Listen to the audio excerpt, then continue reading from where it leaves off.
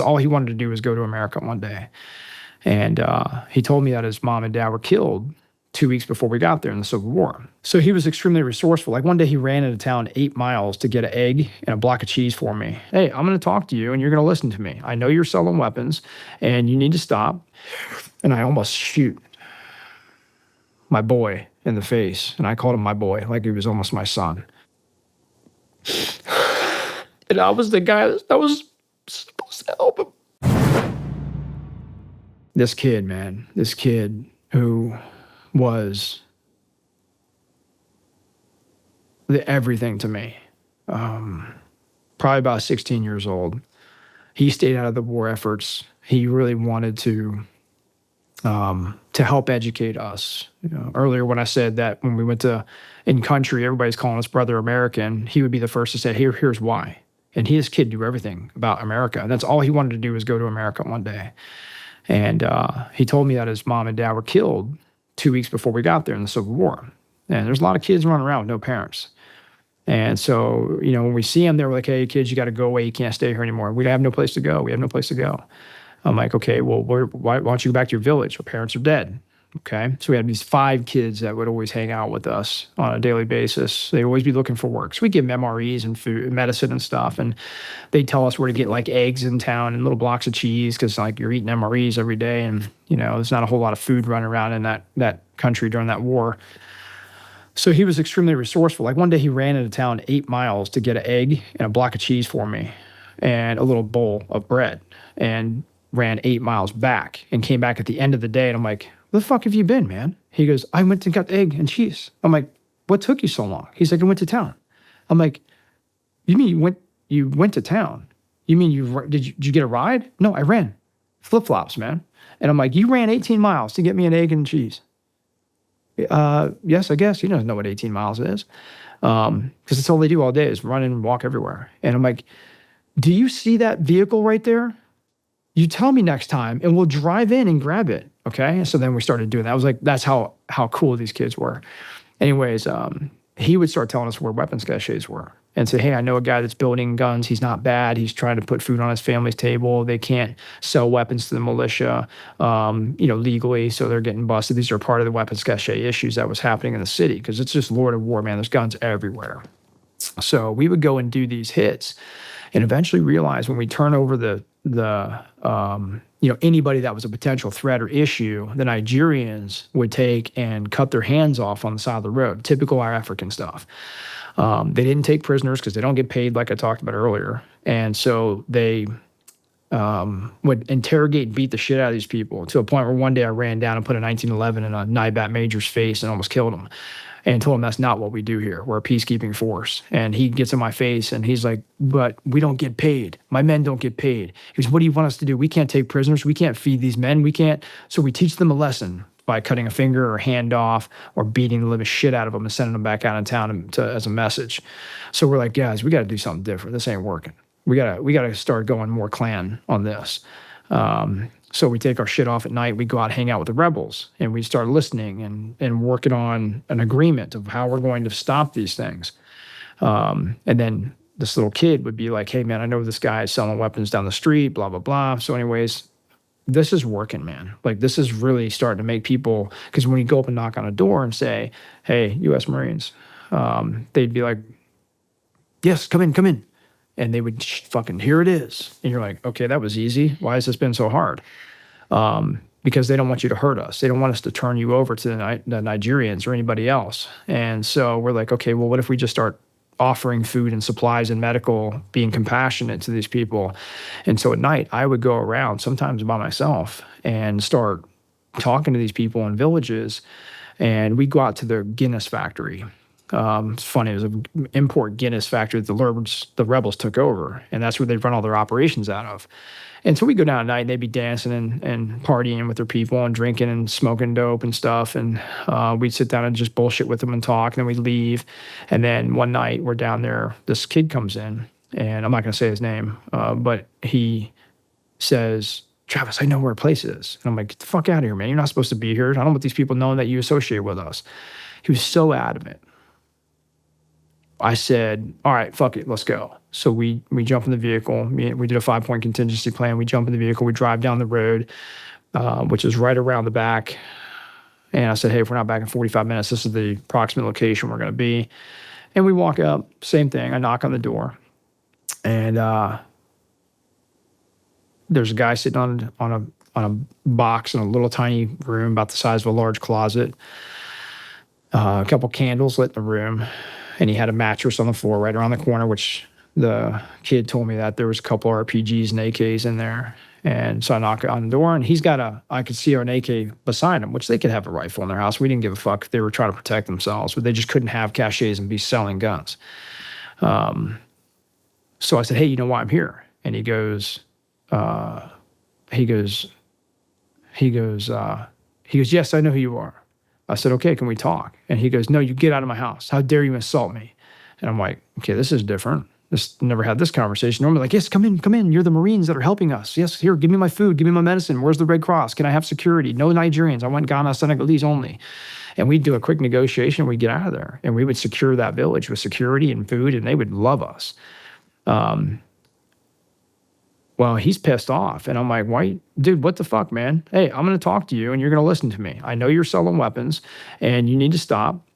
And I know you have them, and I'm here to offer you a deal. I'm here to offer you help. You've probably heard what we're doing for you. I know. How dare you insult me? Get out of my house. I don't sell weapons to their government. I'm like, I didn't say you did yet, okay? But, and he starts getting really belligerent. All of a sudden, a kid runs in and starts yelling at him, saying, you listen to him. He'll help you. And I'm like, shut the fuck up.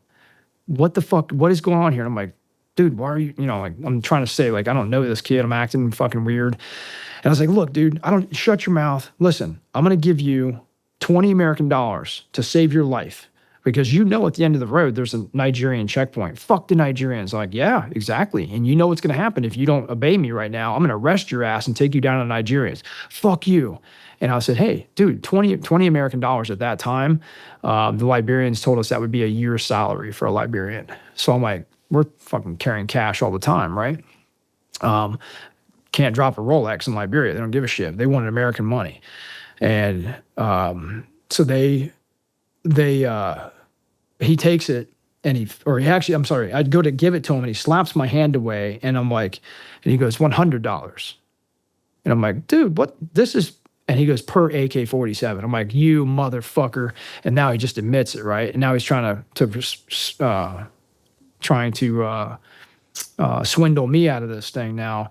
And I said, fuck you, get up, you're under arrest. And I reached over, and I was sitting on this little stool, and he was about right here. And I reach over and I grab the mattress, and I point, and I go, see you motherfucker. And that's when he grabs the AK and puts it in my face. And I was like, I didn't even think about that. I totally was like, stupid idiot. You let your emotions get to you. This is me looking back on the situation. The kid's like screaming. I'm like, shut the fuck up. I was like, hey, calm down, dude. Calm down. I'm here to help you again. I'm not here to hurt you. And at that point, I saw two things. I saw his eyes extremely bloodshot. I think he was high up on something.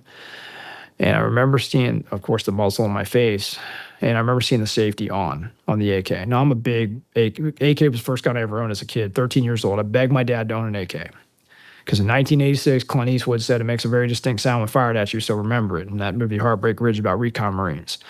And I went out and studied that gun inside and out. And that is the thing that popped in my mind. And at the time, I didn't realize it, didn't process it. But I remember getting so angry, so mad in this moment. And even me trying to explain this whole process probably was about 2.5 seconds. I remember going, you lose, in my mind. I had my 1911 on under concealment, and in a Safariland 071 paddle holster on my side. I remember realizing, in a nutshell, again, looking back a little bit, but processing the micro thoughts that I had was, he's going to try to kill me. The gun's not going to work. He's going to relinquish control with his hand to take the safety off like an untrained person does on an AK. By the time he gets his hand back on the gun, that's going to be about 2 seconds. I know I can draw my 1911 in less than 1 second from concealment and smash this motherfucker right now, pin his AK up against the wall, step into his chest, and pull the trigger. And step 10 happens, and it goes into it. I grab the muzzle, I step up, put my foot into his chest, pin him into the corner, fire 2 shots, and step back. I fall back. I hear this. I'm holding a barrel, holding a 1911. I hear this fucking scream that was like if you could murder a cow and the cow could scream, I don't know why that pops in my head. That's what I heard. And I almost shoot my boy in the face. And I called him my boy, like he was almost my son. Because I felt so sorry for him, that what happened to his family. I grab him, and he's just bawling, man. And I pin him up against the door jamb, and I'm like, don't you ever fucking do this again. Get the fuck out of here. And I throw him outside. He tumbles on the ground and gets up and hauls ass down the alley. And I'm standing there, and I run back. We get in the vehicle, haul ass. And I'm sitting there staring at that fucking AK, and I pull the chamber back, or the bolt back on it. There's a round in the chamber. Like, fuck, man. What the fuck? Why did that just happen? Like, why did this kid come in that fucking room? Why was he so adamant about this tonight when he never does that? Like, what the fuck is going, why did he mud suck me into that situation? And I thought about it, and I sat there all night staring at that AK. And the next morning, didn't sleep 1 second. Sun comes up, just barely. Kids aren't there. Kids are always there every morning. They're out there sitting on the railing, ready to bust rust on our vehicles, ready to get food, they weren't there. So I jog down the hill, get into town. I see one of the kids walking around in town, one of the older kids, about 19 years old, I think. They don't know how old they are. I go up to him and I say, hey, I forget his name. I yell his name, and I go up to him and I grab him, and he jerks away from me, scared to death. And I'm like, hey, what the fuck, guys? Where you at this morning? And he starts shaking his head and getting nervous, like I'm about to cry. And he's backing up away from me. I'm like, dude, what's going on? And I said, I need to see my boy. Where is he? I need to talk to him about something that happened last night. And he backs away, and he goes, no, you'll never see him again. And I was like, why won't I see him again? And I'm trying to really figure out what the hell's going on here. And he goes, because last night you killed his father. And he turns around and runs away. And I'm like, the fuck does that mean? What are you talking about? Killed his father? Look, his father died. And so, and it fucking hit me, man.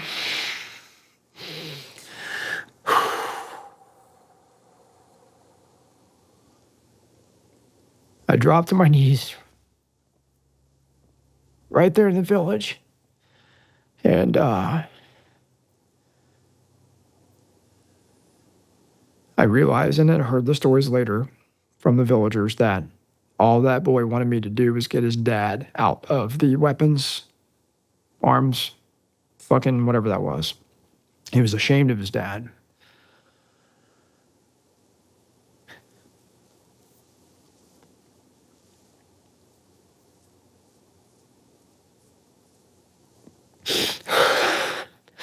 And he was and I was the guy that was supposed to help him. And I fucked it up.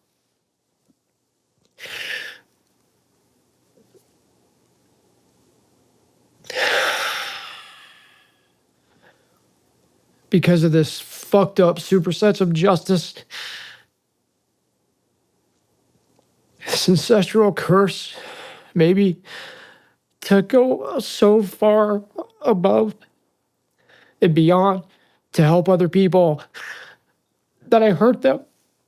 No matter where you're watching Sean Ryan Show from, if you get anything out of this, please like, comment, subscribe, and most importantly, share this everywhere you possibly can. And if you're feeling extra generous, please leave us a review on Apple and Spotify podcasts.